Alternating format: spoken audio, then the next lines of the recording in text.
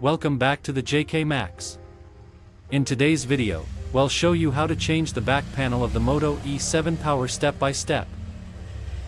First, switch off the phone completely and remove the SIM tray.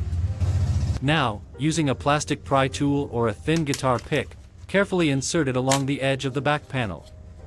Gently slide it around to release the clips holding the panel. Carefully lift the back panel. If your model has a fingerprint scanner on the back, be sure not to pull too hard, as it may be connected with a cable. Gently disconnect the fingerprint cable using tweezers if it's attached to the back cover. We then transfer the flashlight board from the old panel to the new one. Be careful not to damage the connectors or surrounding components.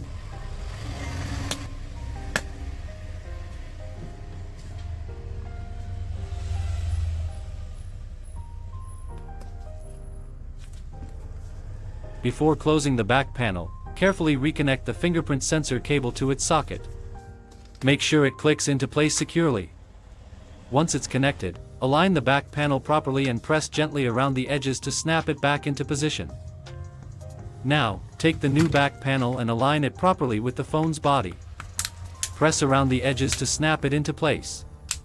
Finally, reinsert the SIM tray and power on the phone to make sure everything is working fine. That's it.